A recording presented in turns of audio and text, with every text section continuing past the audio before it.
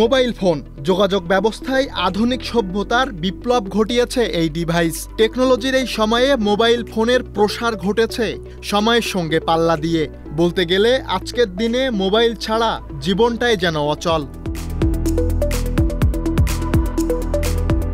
Internet ব্যবহার গতি এনেছে আমাদের দৈনন্দিন জীবনে।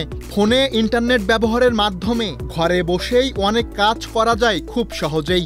পুরুষ কিংবা নারী এর সুবিধা নিতে পারেন যে কেউই। যদিও এশিয়ান দেশের মধ্যে মুঠোফোনে ইন্টারনেট সেবা গ্রহণে সবচেয়ে বেশি পিছিয়ে বাংলাদেশের নারীরা। আমাদের দেশের মাত্র 24% নারী মুঠোফোনে ইন্টারনেট সেবা গ্রহণ করেন। এক্ষেত্রে বাংলাদেশের নারী পুরুষের ব্যবধানও 40%।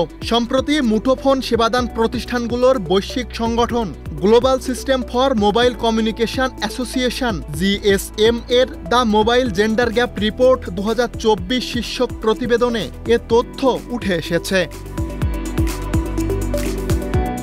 প্রতিবেদনে নিম্ন ও মধ্যম আয়ের 12টি দেশের তথ্য প্রকাশ করেছে GSMA, যেখানে দেখা যায় বাংলাদেশের 50% নারী ইন্টারনেটের ব্যবহার সম্পর্কে জানেন। এরপরও তারা ইন্টারনেট ব্যবহার করেন না। ইন্টারনেট ব্যবহার না করার কারণ হিসেবে সাক্ষরতা, ডিজিটাল দক্ষতার অভাব এবং সামর্থ্য না থাকার বিষয়টি উল্লেখ করা হয়েছে। প্রতিবেদনের তথ্য বলছে বাংলাদেশে 85% পুরুষ এবং 68% নারী মুঠোফোনের মালিক। আর মুঠোফোনে ইন্টারনেট ব্যবহার করছেন 40% পুরুষ এবং 24% নারী।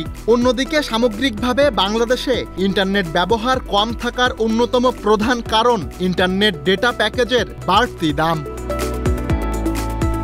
সুলাইমান কবির, চ্যানেল এস নিউজ ডেস্ক।